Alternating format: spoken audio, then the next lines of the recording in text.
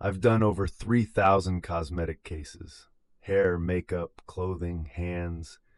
I know what a body looks like after I'm done with it because I take photographs. I've taken photographs of every single case since 1993. Polaroids at first, digital after 2006, front view, hands, profile. My mother taught me that. She said the family's last memory of the face is the one that stays, so you better get it right. My name doesn't matter. I ran Hargrove and Sons Funeral Home in a small town in eastern Tennessee for 31 years. White clapboard building, been there since 1947. Sits right beside First Baptist Church. My mother ran it before me. Her father built it. I was the last one. The prep room is in the basement. Poured concrete floor, fluorescent lights that buzz when the weather changes, 2 stainless steel tables, a chemical cabinet my grandfather put in himself. You go down 11 steps. The air is different down there, cooler, smells like formaldehyde and old stone no matter how much you ventilate. I spent more time in that basement than in my own living room.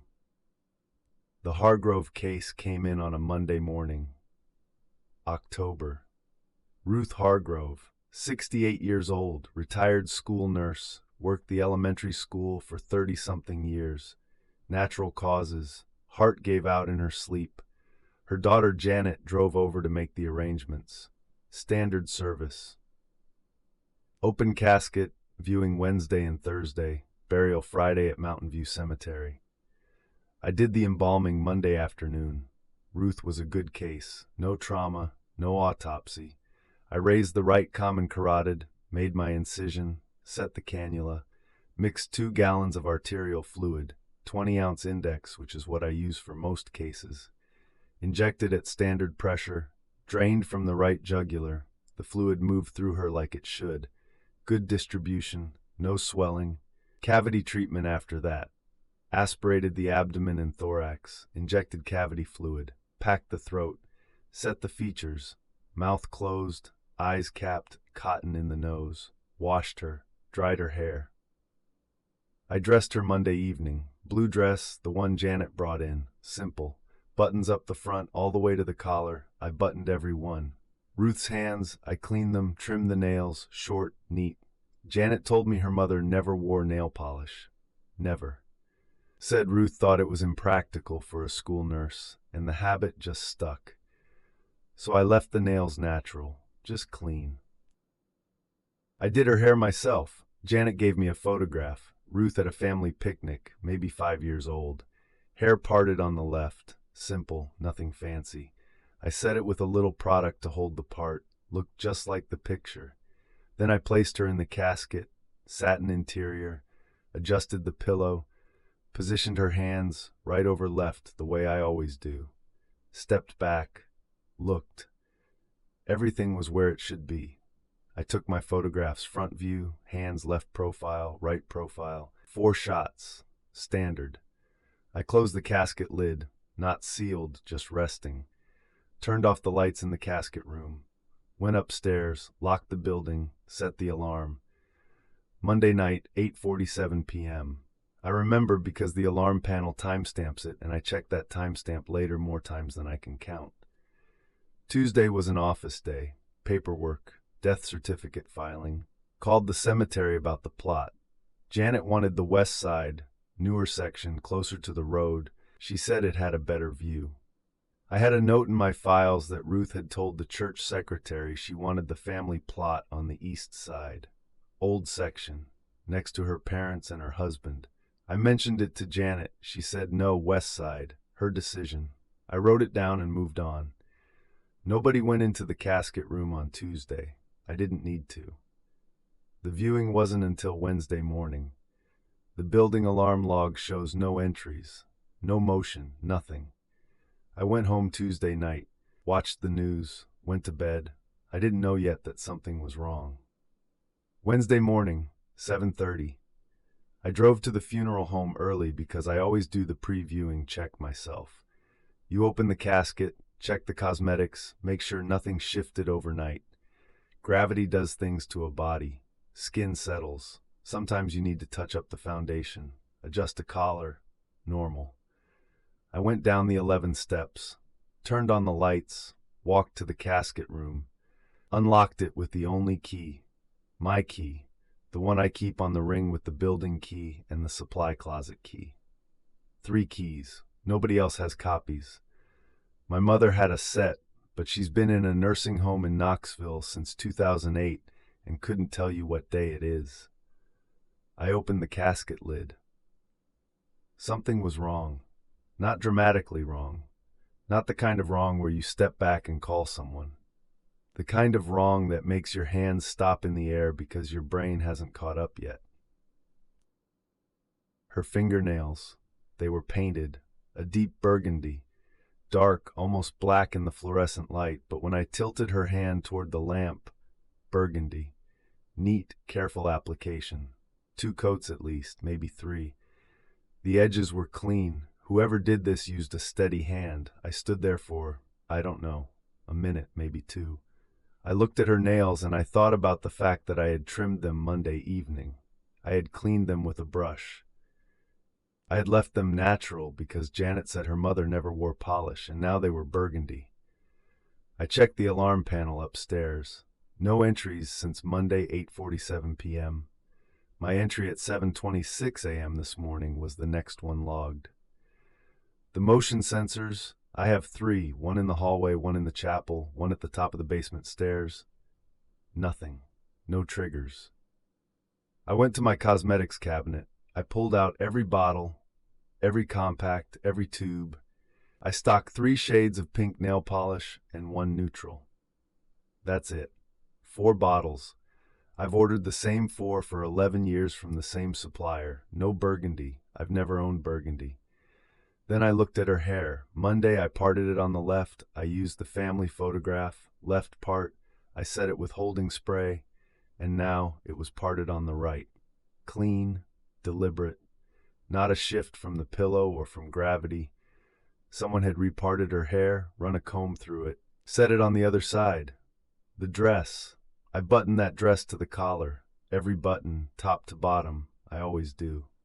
The family sees the hands and the face, and I make sure nothing distracts from that. Now the top 2 buttons were open, spread apart, the collar sitting wider, like someone had sat up and found it too tight around the neck. I went upstairs to my office, opened the file drawer, pulled out the Monday photographs. 4 shots. There she was, hair parted on the left. Buttons to the collar. Clean, natural fingernails. Exactly how I left her. I was not imagining it. I know what you're thinking. You're thinking maybe I forgot. Maybe I made a mistake. Maybe I did paint her nails and parted her hair wrong and left the buttons open. That's what I would think too if someone told me this story. But I have the photographs. I have 31 years of photographs. I don't forget. I fixed her hair, parted it back to the left, rebuttoned the dress. The nail polish, I couldn't remove it. You can't use acetone on embalmed skin. It would damage the surface, discolor the tissue. You'd have to explain that to the family. So I left the burgundy. The 10 o'clock viewing started on time. Janet came in with her brother, a few neighbors. The flowers were fine. The lighting was fine. Everything looked right. Then Janet looked at her mother's hands. She went pale. Not the kind of pale you get from grief. The other kind. The kind where something doesn't fit. She said she never wore polish. I said, I know. She looked at me. I looked at her. Neither of us said anything else about it. After the last visitor left, I locked the building.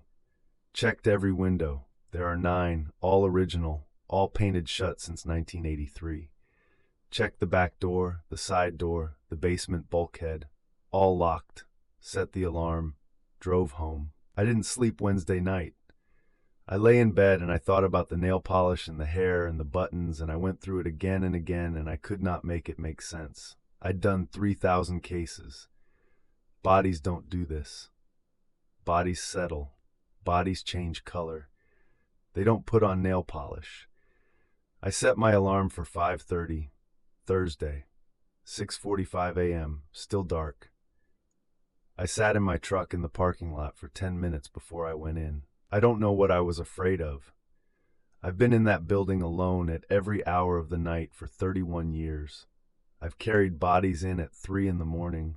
I've drained blood at midnight. None of it ever scared me. I was scared of a bottle of nail polish that shouldn't exist. I went in, checked the alarm panel. No entries since my departure Wednesday at 5:14 p.m. No motion sensor triggers. Nothing. The building was exactly as I had left it. I went down the 11 steps, turned on the fluorescents. They buzzed. They always buzz. I walked to the casket room, put my key in the lock, turned it, opened the casket. The hair was parted on the right again. I fixed it yesterday. Left side. I know I fixed it because I stood there for 5 minutes, making sure it matched the photograph. And now it was back on the right. The buttons were open again. Top 2, collar spread wide. And there was something new. A folded piece of paper, tucked into the satin lining beside her left hand. It hadn't been there yesterday. It hadn't been there Monday. I had placed those hands myself, right over left. The satin around them was smooth and flat, and there was nothing in it. I picked it up. Lined notebook paper, the kind with the blue lines and the red margin, the kind school nurses keep on their desk for writing notes home to parents. Folded once, neat and square. I unfolded it, neat handwriting, slightly slanted to the right, small letters evenly spaced. The kind of handwriting you develop when you spend 30 years writing health notes and permission slips. 5 words. You put me on the wrong side. I sat down, right there, on the concrete floor, the prep room floor that my grandfather poured in 1947. I sat there with the note in my hands and the fluorescent lights buzzing above me, and I knew exactly what it meant. The wrong side. Ruth wanted the east side of Mountain View Cemetery, the family plot, next to her parents, next to her husband Warren, who died in 1998. She told the church secretary. I had the request form in my files upstairs. Ruth's signature, dated 8 months before she died. East side, family plot. Row 14, Janet said west side, new section, better view, closer to the road. And I went with Janet because Janet was the one making the arrangements and paying the bill and signing the contract. That's how it works. The living make the decisions, but Ruth wanted the east side. I stood up. My knees ached from the cold concrete. I folded the note and put it in my shirt pocket. I fixed her hair, left part, buttoned the dress, looked at the burgundy nails. They were perfect. Not a chip, not a smudge. I closed the casket. I called the cemetery. Told them there was a plot assignment error and we needed to move to the east side, row 14, the Hargrove family plot. They checked their records, confirmed the plot was available, said it happens. I said, yes, it happens. I buried Ruth Hargrove on Friday, east side, next to Warren, next to her parents. Janet was annoyed about the change, said she'd specifically chosen the west side. I told her the cemetery had a conflict with the plot assignment and this was the correction. She didn't fight it. People don't fight funeral directors at the graveside. I never told Janet about the note. I never told anyone. I put the note in my desk drawer, the top one, the one with the pens and the paper clips and the spare keys to nothing. 3 months later, January, I was cleaning out the cosmetics cabinet, end-of-year inventory. I pulled everything off the bottom shelf, cavity fluid bottles, sealing compound, a box of cotton, and behind it all, pushed against the back wall of the cabinet, a bottle of nail polish. Burgundy, deep, almost black. The brand was one I'd never ordered. I checked my supplier catalogs going back 15 years. Never carried it, never ordered it. The cap was worn, slightly sticky, like someone had opened it many times over many years. I put the bottle in the drawer with the note. I sold the funeral home 14 months later. Told people I was tired. Told my brother I was done. Moved to Knoxville. Got a job at a hardware store. Normal things. Daylight things. I still have the drawer contents. They're in a shoebox at my brother's house, top shelf of the closet in the spare bedroom. The note, the nail polish, and the Monday photographs. I haven't opened it. I check sometimes, make sure it's still there. I don't open it. I just put my hand on the lid and feel the weight of it, and I know everything inside is exactly where I left it. Unlike Ruth, who was not where I left her, who was never